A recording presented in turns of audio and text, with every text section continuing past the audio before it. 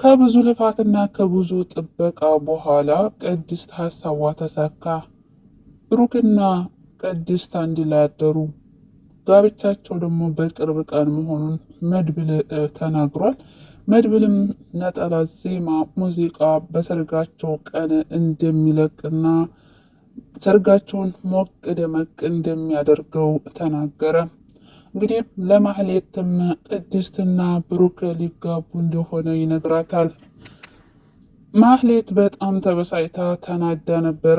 እነሱ እኮ ከተጋቡ ቆዩ፣ አዲስ ነገር አይደለም ስትለው፣ አይ እንደዛ ሳይሆን ሰርጋቸውን ድል አድርጌ ነው የምደግስላቸው፣ በደስታ ነው የምድራቸው ብሎ እንግዲህ እስርር አድርጓታል። ቅጥል ብላለች ማህሌትም እና ምሳሌና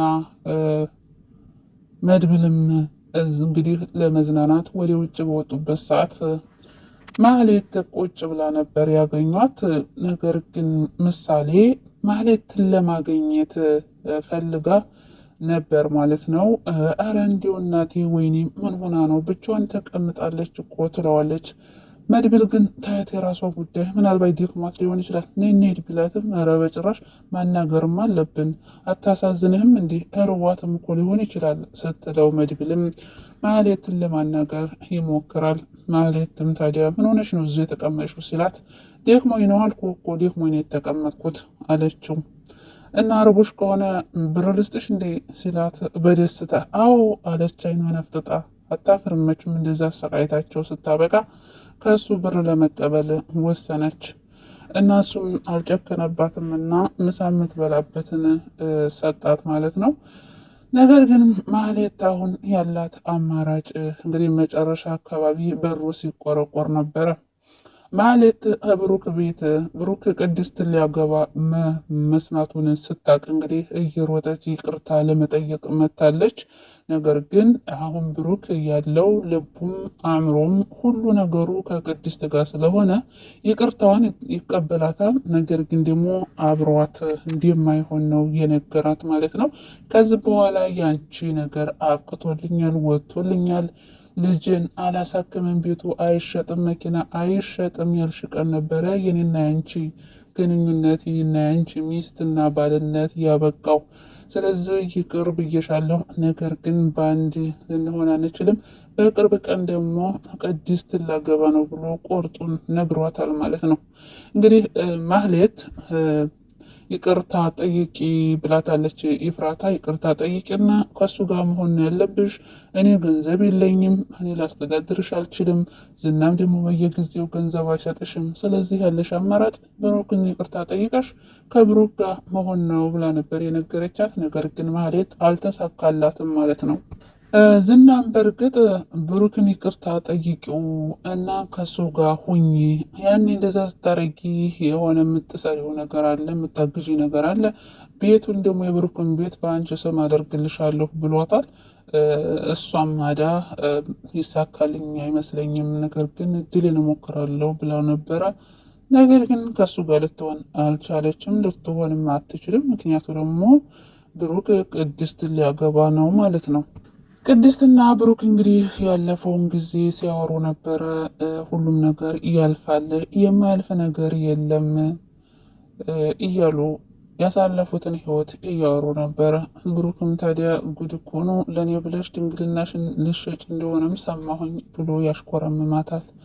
አይ ለአንተ እኮ ሳይሆን ለምሳሌ ብዬ ነው ትለዋለች። አይ ለምሳሌ ሳይሆን ለእኔ ነው፣ ምክንያቱም ከእኔ በኋላ ነው ምሳሌ የመጣችው፣ ስለዚህ ላደረግሽልኝ በሙሉ ከልብ ነው የማመሰግነው እያለ ሲያመሰግናት ነበረ። እሷም ከዚህ በኋላ ለምሳሌ ሚስት አግብተህ ለምሳሌ ወንድም ወይም እህት ልትወልድላት ይገባል ስትለው፣ አይ እኛማ ዝግጁ ነን የምትወልደው ሴት ትዘጋጅ እንጂ ሲላት፣ ቅድስት ተሽኮረመመች አይገልጠውም። ምንድን የምታነሳው የምጥለው ግራ ገባት። ኧረ ጋሽ ብላ ብላለች፣ ውስጧን ደስ ደስ እያላት ማለት ነው። እና እንግዲህ የብሩክና የቅድስት ሰርግ ዝግጅት እንግዲህ በቅርብ ቀን ይቃወጣል ማለት ነው። እንግዲህ ብዙዎቻችን የቅድስትና የብሩክን ሰርግ ጋብቻ በጉጉት ስንጠብቅ ነበር ማለት ነው። ብሩክ ወደ ቤት እስከሚመለስ በጣም ቸኩለን ነበረ። እንግዲህ እንኳን ደስ አላችሁ ማለት ነው። ከዚህ በኋላ የቅድስትንና የብሩክን የፍቅር ሁኔታ ነው የምንመለከተው ማለት ነው። የታገሱት ሁሉም ያልፋል፣ ከታገሱት የማያልፍ ነገር የለም ይባላል። እንግዲህ ያ ሁሉ መከራ ያ ሁሉ ስቃይ አልፎ ቅድስትና ብሩክ እዚህ ደርሰዋል ማለት ነው። ይሄ ቀን ይመጣል ብለን እንግዲህ አልጠበቅም ነበር። አብዛኞቻችን እንግዲህ ብሩክ ሞቶ ይሆን አለ ይሆን እያለ ነበረ። ነገር ግን በህይወት ኑሮ ቤቱ ተመልሷል ማለት ነው። አሁን ደግሞ የሚያሳዝኑት ሉላና ሞገስ ናቸው ማለት ነው። እንግዲህ ሉላ ጠበቃው እያስቸገራት ይገኛል። አብረሽኝ ካላደርሽ ገንዘባችሁ አይመለስም፣ ጭራሽ ደግሞ ሞገስን አሳስረዋለሁ ከስሽ እያለ እያስጨነቃት ነው። ሉላም ጨነቀ ጠበብ ሲላት ለዳጣ ተነግራታለች። ዳጣ እባክሽ ምከሪኝ፣ ምን ላድርግ? ጠበቃው እኮ እኔን እያስቸገረኝ ነው፣ አንድ ቀን አብረሽ ማደር አለብሽ እያለኝ ነው ትላታለች። ዳጣም ደግሞ ኧረ እባክሽ እንዴት ገንዘብ እኮ ይመጣል፣ ክብርሽን ግን አንዴ ካጣሽው ተመልሶ አይመጣም። ስለዚህ አብረሽ ልታድሪ አይገባም፣ ካልሆነ ደግሞ ለሞገስ መናገር አለብን፣ አንቺ ከፈራሽ ደግሞ እኔ እነግረዋለሁ ትላታለች። ሉላም አይ እሱ ብቻ መሆኑ መሰለሽ እንዴ አብረው ካላደርኩ ወይም ደግሞ እኮ ሞገስን ይከሰዋለሁኝ አሳስረዋለሁ እያለ ነው ትላታለች። አይ ችግር የለውም አሁን መናገር የለብንም። አንቺ ግን ከእሱ ጋር የተስማማሽ መስለሽ ዝም ብለሽ አስመስይ፣ የሆነ መፍትሄ አናጣም። ከነገር ነው ደግሞ ሞገስ ወይ ሌላ ጠበቃ ሊፈልግ ይችላል ትላታለች። ሉላም በጣም ተጨናንቃለች። ሞገስ ምክንያቱም ጠበቃው እየደወለ ንብረቱ እንደሚመለስ ይነግረዋል። ሞገስም በጣም ደስ ብሎት ወይኔ በቅርብ ቀን ገንዘቤ ሊመለስልኝ ነው ማለት ነው እያለ በደስታ ሆኗል። የህልም እንጀራ ማለት ነው። እና ሉላ ምን ማድረግ እንዳለባት ግራ ተጋብታለች። ለሞገስ አትነግረው ነገር ለሞገስ ብትነግረው ሌላ ጠበቃ ይፈልጋል። ይህኛው ጠበቃ ደግሞ ሞገስን ይከሰዋል፣ ያሳስረዋል። እና ግራ ግብት ብሏቸዋል። ይሄ ሁላ ሴራ ይሄ ሁላ የመጣበት እንግዲህ በማህሌት የተነሳ ነው ማለት ነው። ይሁንና ግን ማህሌት ምንም ነገር የፈጠረችው ምንም ነገር ያገኘችው ነገር የለም። እንዲያውም ጥላቻ ተረፈች። ብሩክም ጠላት፣ ሞገስም ጠላት፣ ሁሉም ሰው ጠላት እንጂ ምንም ያተረፈችው ነገር ያገኘችው ንብረት የሚባል ነገር የለም። እንዲያውም ጎዳና ላይ ወጥታለች ማለት ነው። ምክንያቱም አሁን ደግሞ ኤፍራታ ከሀገር ለመውጣት ወስናለች ማለት ነው። ምክንያቱ ደግሞ ዝና እያሳደዳት ስለሆነ ከሀገር መውጣት አለብኝ። ስለዚህ እኔ ከሀገር ከወጣው አንቺ መውደቂያ የለሽም፣ መውደቃሽን አዘጋጅ እያለቻት ትገኛለች ማለት ነው። ዝናም እንግዲህ እየተከታተለ ሲያራውጣት ነበረ ኤፍራታ ማለት ነው። ኤፍራታ በጣም ፈርታለች። ይዘኛል ብላ በጣም ተጨናንቃ ነበረ። ደስ የሚለው ነገር ያው አምልጠዋለች ለጊዜው ማለት ነው። ነገር ግን ዝም ብሎ የሚተዋት አይመስለኝም። ይሁንና ግን መድብል ቃል ገብቶላታል ለኤፍራታ። ምንም ነገር አትሆኝም፣ እኔ ጠብቅሻለሁኝ፣ በፍጹም መፍራት የለብሽም ብሎ ባለፈው ቃል ገብቶላታል ማለት ነው። እና ለእሱ ብትነግረው የተሻለ ነገር ይሆናል። እንግዲህ ዝናም ጉራ ብቻ ነው፣ ምንም ነገር አልተሳካለትም። እሱ ወይ የብሩክን ንብረት ምናምን አላገኘ ወይ ደግሞ ሉላን አላገኘ። ከሁሉም የወጣ ጎመን ሆኖ ቁጭ ብሏል ዝና ማለት ነው። አንድ ብቻ እንደ ሴት ብቻ እያሰቃየ ይገኛል። አረብ ሀገር ሄደሽ የሰው ሽንት ቤት ከምታጥቢ የእኔ ቅምጥ ብትሆኝ አይሻልም እንዲህ እያለ ይገኛል። ልጅቷም የዋዛ አይደለችም እና ያንተ ቅምጥ ከመሆን አረብ ሀገር ሄጄ ብሰራ ይሻለኛል። የአረብ ሀገር የሚሄዱት ቅምጣተው መሰላል እንዲሰርተው ለመለወጥ እንጂ እያለች እንግዲህ ልክ ልኩን ስትነግረው ነበረ። ዝና ታዲያ አሁን እንግዲህ ማህሌትን እያስጨነቃት ይገኛል። ወይ እህትሽን እስክልብሻለሁ ወይ ደግሞ ብሩክን ቅርታ ብለሽ እዛ ቤት ግቢ እያላት ነው።